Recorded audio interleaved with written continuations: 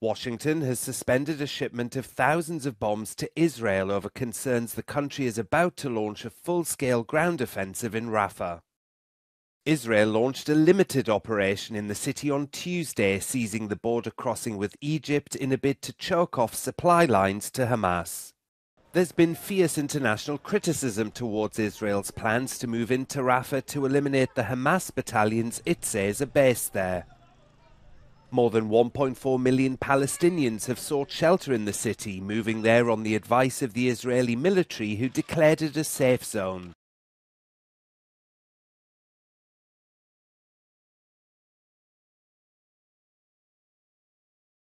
Tensions on Israel's northern border with Lebanon have also been escalating.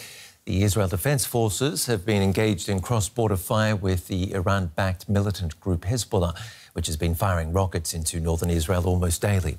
Tens of thousands of people on both sides of the border have been displaced. Residents of northern Israel say Hezbollah must be pushed back to protect communities from its rockets.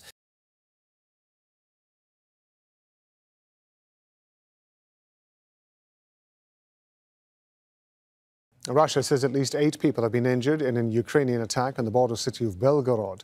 The governor of the region said strikes damaged more than 50 apartments and buildings, as well as cars. Ukraine has repeatedly attacked Belgorod since Russian forces invaded in February 2022. Russia's defense ministry said it destroyed 15 Ukrainian rockets and drones in several regions.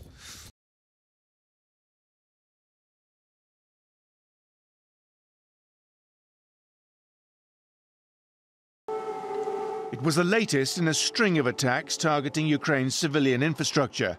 Russia's defense ministry said the attacks were retaliation for Ukrainian strikes against its oil and gas facilities, including this one in Luhansk, hit overnight.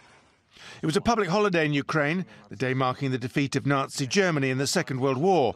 Ukraine's president said 80 years later his country is once more fighting a foreign invader. Victory in Europe Day was also commemorated in Paris, where President Emmanuel Macron attended a ceremony at France's Tomb of the Unknown Soldier. As Russia's war against Ukraine has progressed, Macron has become one of the West's most outspoken critics of Moscow, not for the first time hinting at sending French troops to help Ukraine in a recent interview.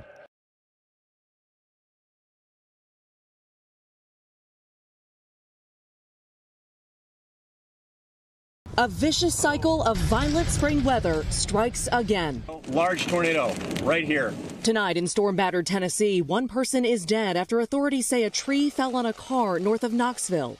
And this warehouse evacuated after its roof caved in.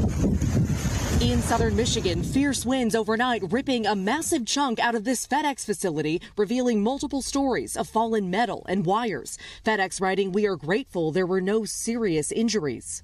In all, Tuesday, close to 30 reported tornadoes tore across 8 states, making for more than 60 twisters this week.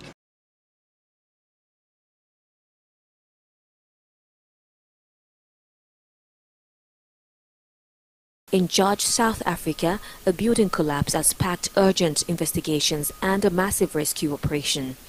7 lives have been lost and nearly 40 workers remain missing under the rubble, prompting national mourning and a quest for answers. Authorities, including police, the provincial government and the National Department of Labour, are conducting inquiries to determine the factors contributing to the disaster.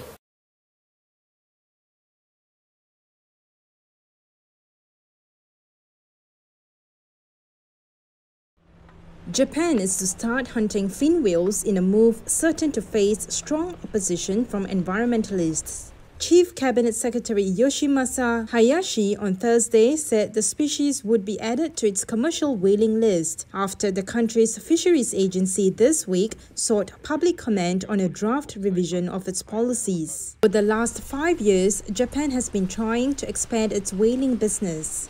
It resumed commercial hunting in its territorial waters and exclusive economic zones in 2019 after withdrawing from the International Whaling Commission.